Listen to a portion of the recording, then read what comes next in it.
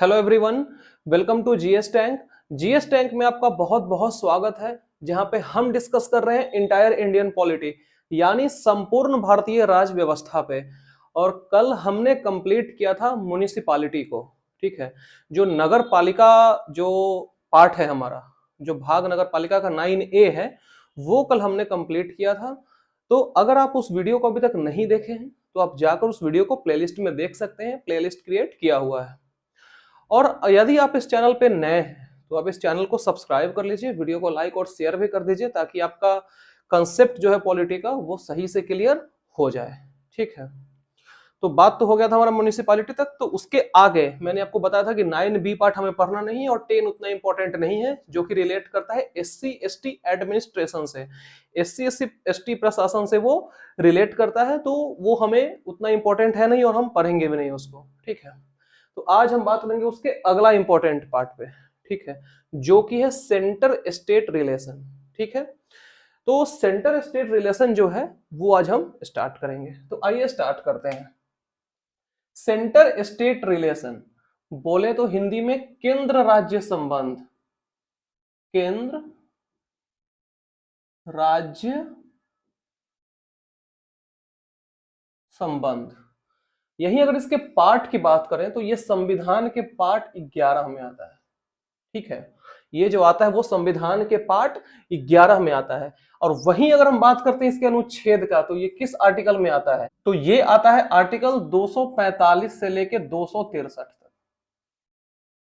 ठीक है, यानी कि पार्ट 11 में आएगा और आर्टिकल की बात करें तो 245 से लेके 263 तक आएगा। और फिर हम आपको वही बात बोलेंगे कि आप ये एक एक आर्टिकल हम कवर नहीं करेंगे, जो मोस्ट इंपॉर्टेंट है उसे कवर करेंगे। ठीक है, क्योंकि जरूरत नहीं है सारे आर्टिकल्स पढ़ने का। और अगला बात करते हैं शेड्यूल का। तो शेड्यूल किसमें है? ये 7। क्योंकि शेड्यूल 7 हमारा क्या कहता है? Distribution of powers between union and state, तो उससे ये रिलेट करता है। ठीक है, जिसमें हम लोग 3 अलग अलग तरह के लिस्टिंग पढ़ते हैं, यूनियन लिस्ट, स्टेट लिस्ट और कंकरेंट लिस्ट। और इसमें भी वही पढ़ना है, इसलिए इसको हम बोल सकते हैं कि ये शेड्यूल 7 से रिलेट करता है ये टॉपिक। ठीक है, अगला बात करेंगे हम लोग 3 टाइप्स ऑफ लिस्ट, यानी कि सूची के प्रकार। लिस्ट मतलब सूची, तो 3 अलग अलग सूचियां होती है। ठीक है, पहला है यूनियन लिस्ट। ठीक है, अगर इसको हिंदी में बोले तो संघ सूची। दूसरा है हमारा स्टेट लिस्ट, हिंदी बोले तो राज्य सूची।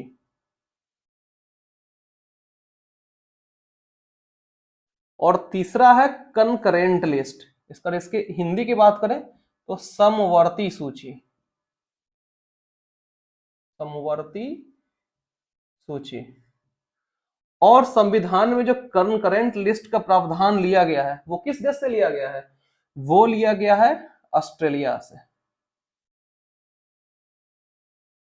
ऑस्ट्रेलिया से जो समवर्ती सूची का प्रावधान है हमारे संविधान में, वो लिया गया है ऑस्ट्रेलिया से। ठीक है, क्लियर है पॉइंट? तो ये बात हो गई टाइप्स के बारे में। इसके बाद हम लोग पढ़ेंगे इससे रिलेटेड अलग अलग कमिटीज। ठीक है, जो अलग अलग इसके साथ समिति थे, आयोग थे, उसके बारे में हम लोग पढ़ेंगे। ठीक है, तो इसका जो हेडिंग है वो है सम इंपॉर्टेंट कमिटीज या फिर commission related to centre state relation. तो केंद्र राज्य संबंध से जो भी महत्वपूर्ण आयोग है, जो महत्वपूर्ण समिति है, उसके बारे में देखते हैं। तो पहला है शीतल वार समिति, यानी कि शीतल वार कमिटी। अगर इसके हिंदी में लिख देते हैं इसको, शीतल वार समिति। अगर आपको ये नाम याद आ रहा होगा शीतल वार, तो ये जो नाम रखा गया है शीतल वार कमेटी, ये रखा गया है एमसी शीतल वार के नाम पे। ठीक है, जो शीतल वार कमेटी है एमसी शीतल वार के नाम पे रखा गया है। और ये एमसी शीतल वार कौन थे? ये थे देश के पहले अटॉर्नी जनरल, यानी कि first attorney general of India, मतलब देश के पहले ये महान्यायवादी थे ये। दूसरा है राजमन्नार कमेटी, जो कि था 1969 का। जो शीतल वार था वो था 1966 का, और जो राजमन्नार कमेटी था वो था 1969 का। हिंदी लिख देते हैं इसका, राज मन्नार समिति। ठीक है, तीसरा जो है वो है सरकारिया कमीशन, जो कि था कब आया था?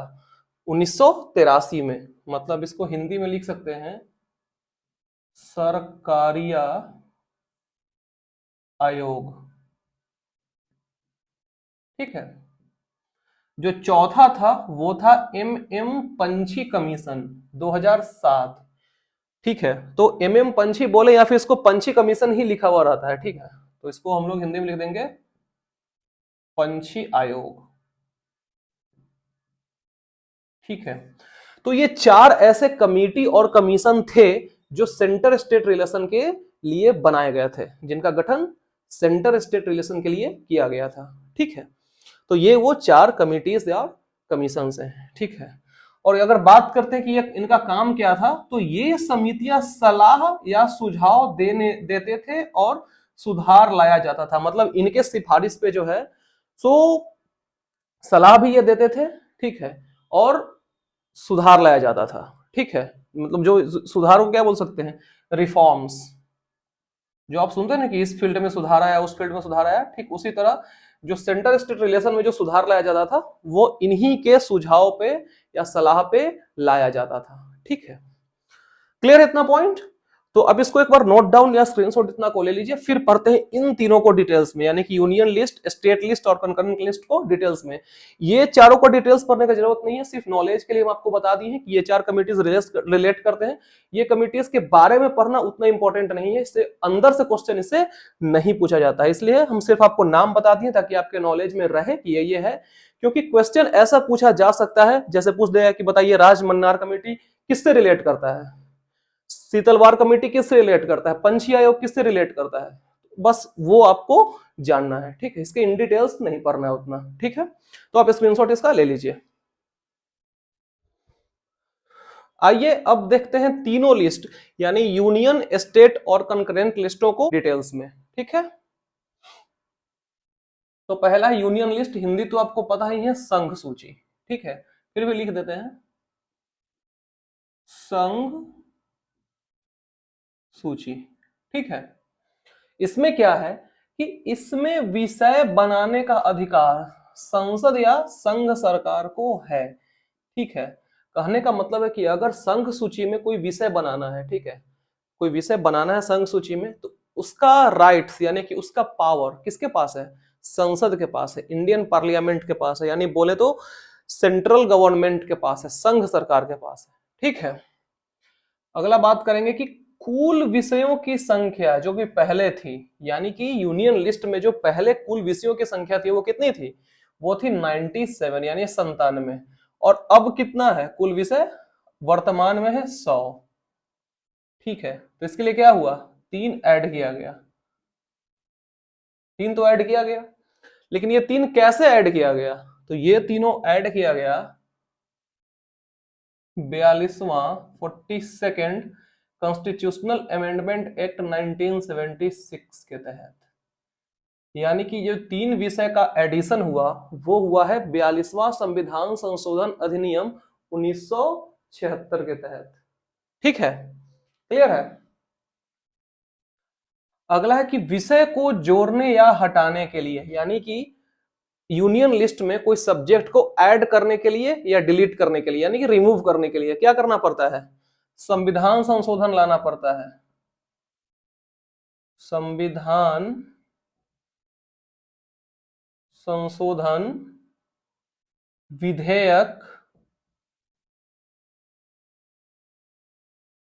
पारित करना होता है, यानी कि उसको क्या अधिनियम बनाना पड़ता है, पारित करना होता है।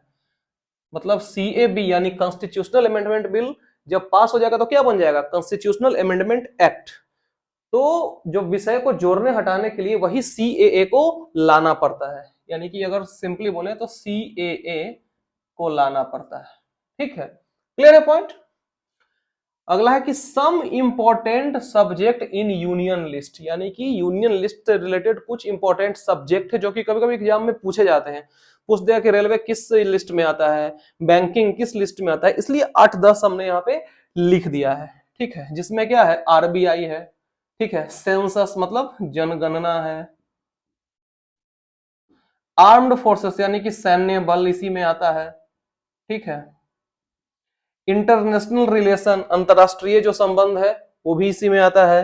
अंतरराष्ट्रीय कर्ज, इंटरनेशनल डेब्ट, वो भी इसी में आता है।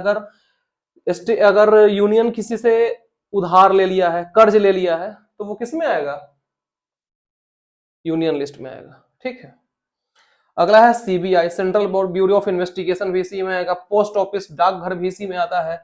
रेलवे, जो रेलवे सेक्टर है वो भी यूनियन लिस्ट में आता है। बैंकिंग सेक्टर आपका यूनियन लिस्ट में आएगा। Insurance sector banking list union list में आएगा। और डिफेंस, जो वित्त विभाग है, वो भी इसी में आएगा।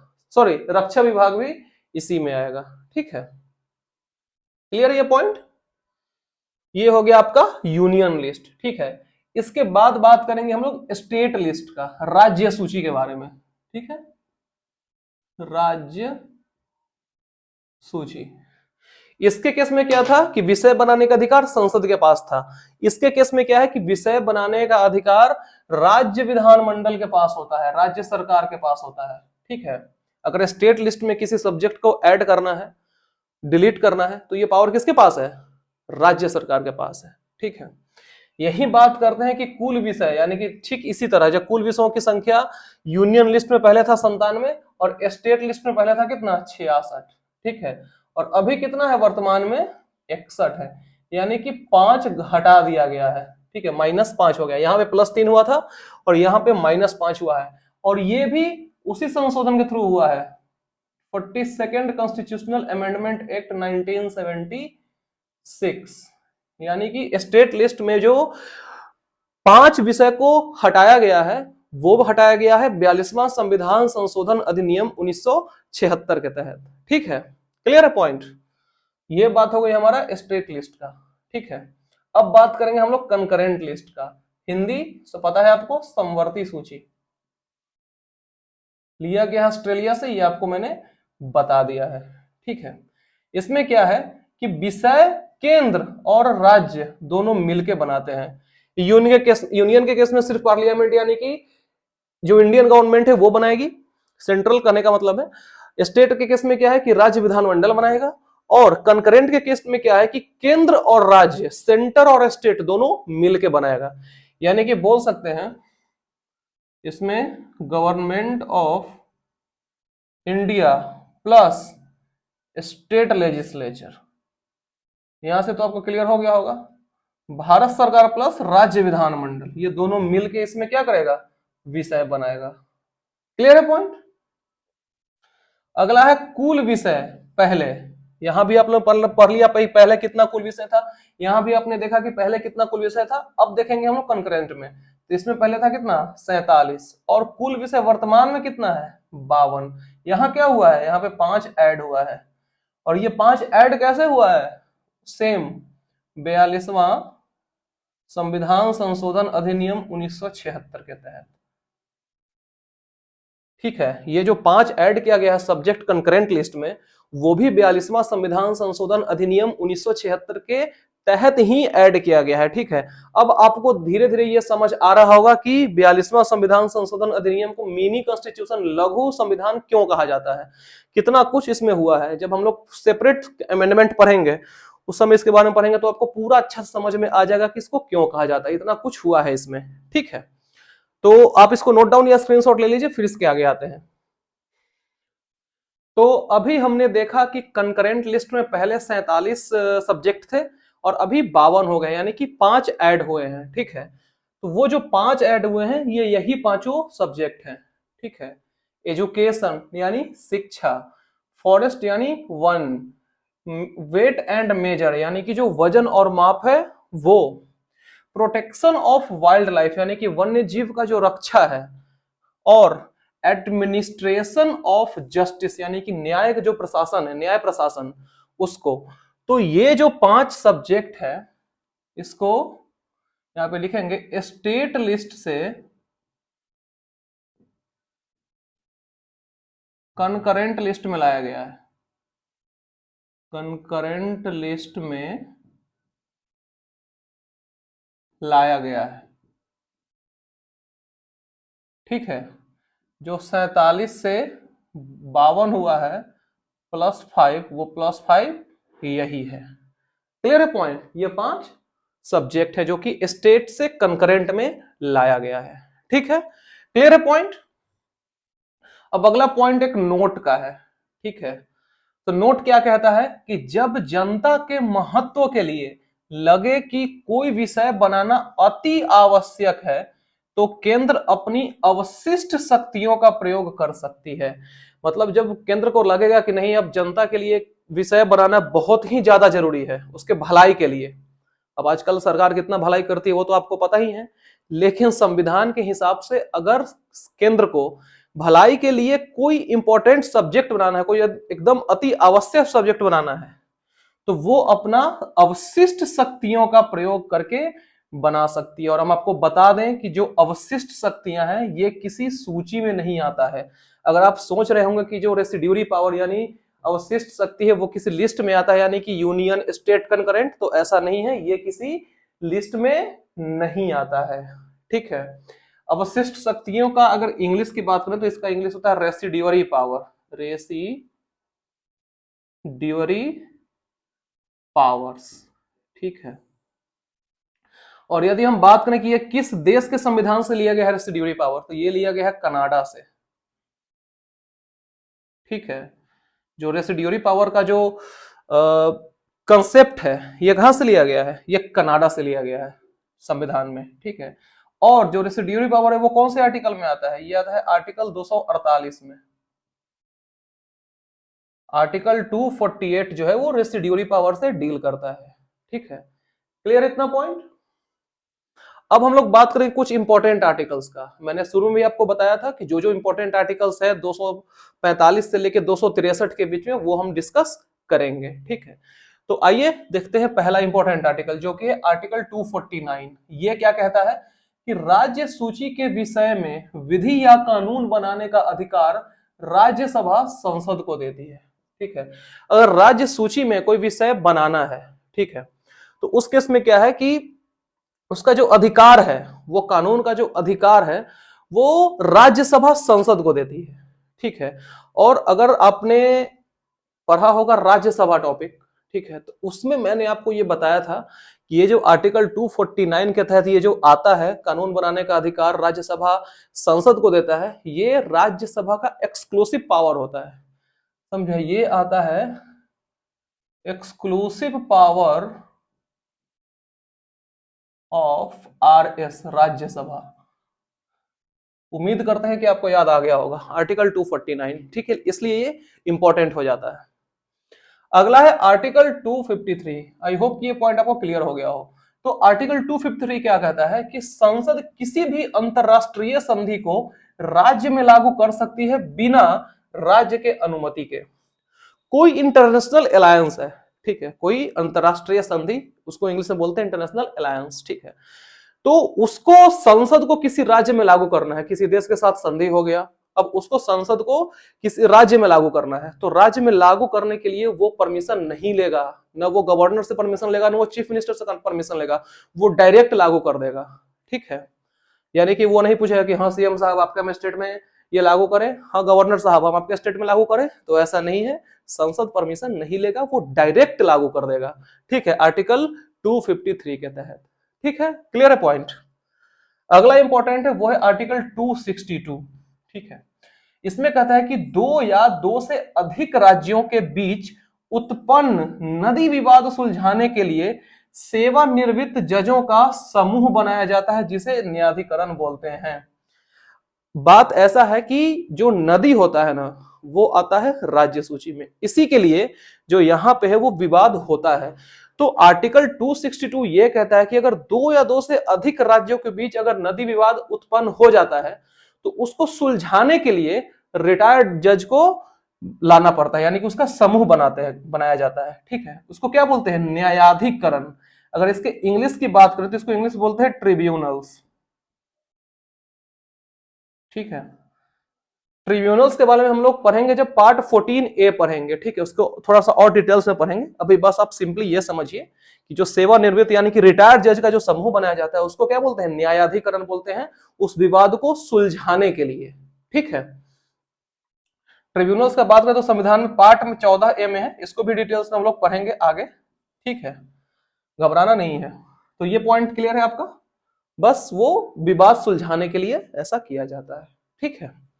अब जो नोट है उस ये कहता है कि नदी जो है सर राज्य सूची का विषय, जस्ट आपने मैंने आपको बताया नदी जो है वो राज्य सूची का विषय है, संघ सूची का नहीं है।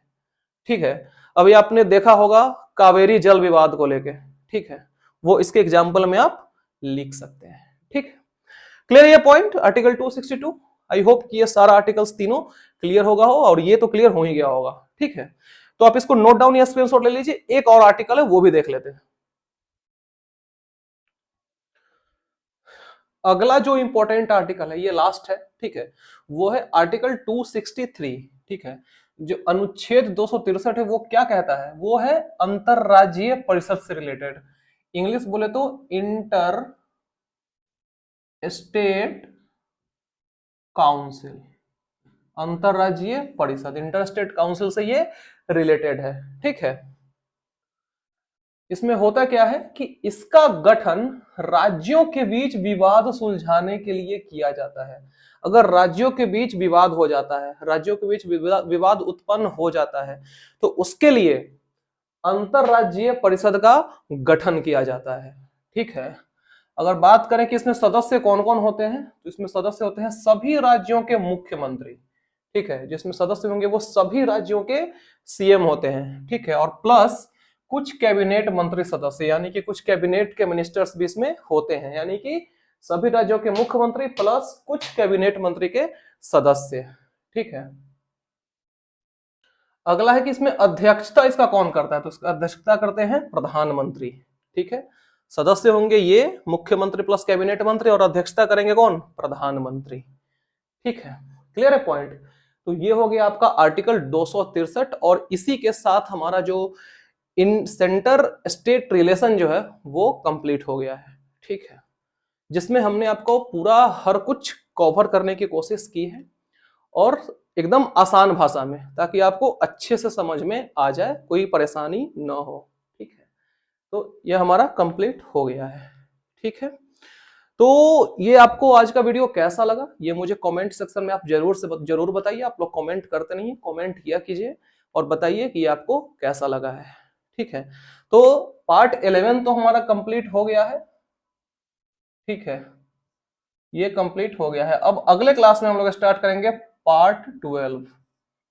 ठीक है, जो कि रिलेट करता है किससे, finance property, finance property contract and suits. ठीक है, इससे ये रिलेट करता है। आर्टिकल बोले तो 264 से लेके 300 ए तक है। ठीक है, ये जो आर्टिकल है, आर्टिकल 264 से लेके 300 ए तक, ये इससे रिलेट करता है finance property contract and suit से, और ये हमारा कल का टॉपिक रहेगा। ठीक है, तो फिलहाल इस वीडियो में इतना ही। देखने के लिए आपका बहुत बहुत धन्यवाद। और अगर आपने इस वीडियो को अभी तक सब्सक्राइब नहीं किया है, लाइक नहीं किया है, शेयर नहीं किया है, तो चैनल को सब्सक्राइब भी कर दीजिए, लाइक भी कर दीजिए और शेयर भी कर दीजिए। कमेंट करके भी जरूर बताइए कैसा लगा है, और बेल आइकन को भी प्रेस कर लीजिए, ताकि कोई भी अपडेट आपको सबसे पहले मिले। ठीक है, फिर मिलते हैं कल नए टॉपिक के साथ। तब तक के लिए thank you so much, bye bye, take care.